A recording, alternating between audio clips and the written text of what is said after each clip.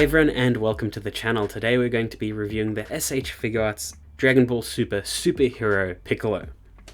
Now this is a classic base form Piccolo, but based on his design from the superhero movie, which is surprisingly more manga accurate because instead of the pink flesh of the Dragon Ball Z series, he's got the yellow flesh, and I think the muscle orientation is slightly different, and his nails are black instead of white.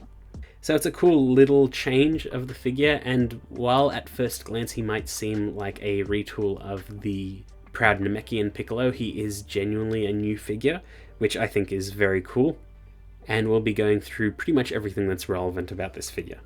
It's the standard S.H.Figuarts box design, so a clear window into the front and promo image on the side, the comic book panels along the edge as well, and a bunch of promo images on the back. But taken out of the box, you can see we get 3 heads, 3 pairs of hands, as well as a singular special beam cannon hand. It is a fairly light release, much like a lot of the base superhero line, and that is pretty intentional. They made all of these figures easily collectible and fairly affordable. And the really big stuff came with P Bandai, with say like the Gammas, Beast Gohan, Orange Piccolo, Pan, and Broly. So he's pretty much exactly what he needs to be. Would have been nice to have a cape, but there is a cool feature that we'll get into later. But taken out of the box and set up, here is Piccolo. And you can ignore my switch in the background, I did not notice that was there. But this is Piccolo as he appeared in the superhero movie. He looks like the character model jumped off the screen. It also helps that it is the modern S.H.Figuarts design, where the faces have more life and detail put into them. The sculpt is really nice and clean, looks really good. There is a lot of bare plastic just because that's how S.H.Figuarts roll these days, but the muscles are well painted, and you can also see a little bit of his muscles peeking out from underneath his gi, so I like that little attention to detail. But generally everything on this figure looks good, as well as movie accurate, so his shoes aren't as pointy, a lot of the colors are different, but they still all read as Piccolo. Before we go any further, we'll do a quick size comparison. So here he is next to the Ultimate Gohan that was released with Superhero. So that is the 3.0 mold. And here he is next to the proud Namekian Piccolo, which was also a 2.0 mold. And while they look very similar, there are a few major differences in them, and he does feel like a brand new figure in comparison.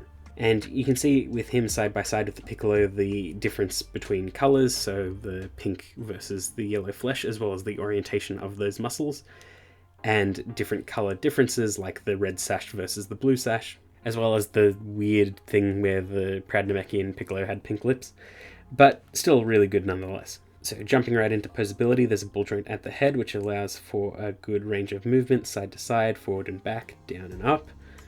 And with the neck you can get a bit more. The arms can move out that far unassisted. They can rotate all the way around. You can move the shoulder piece out of the way for extra movement.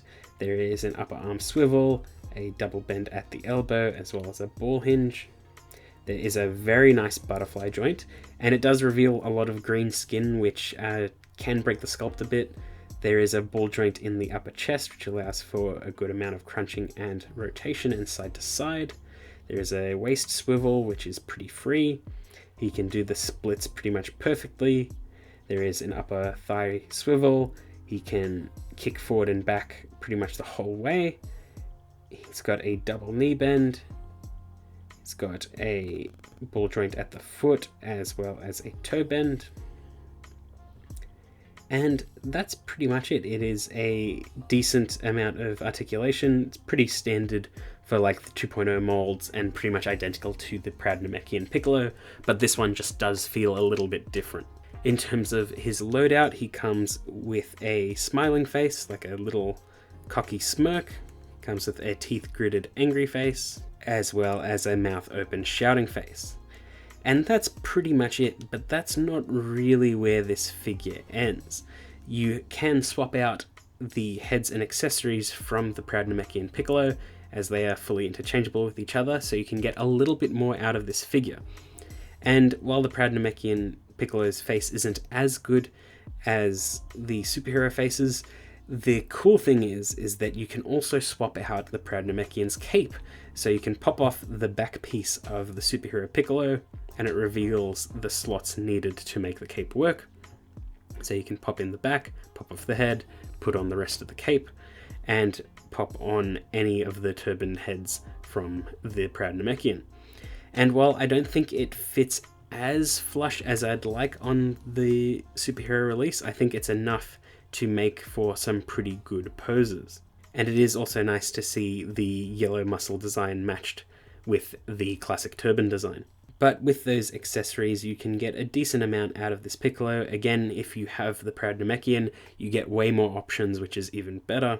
But as far as a base figure is concerned, he's quite good. Just really confident in moving him around. He is decently bulky around the legs, so he can hold weight quite well. And his upper torso is pretty long as well, so you can get pretty good ab crunches and dynamic range out of him.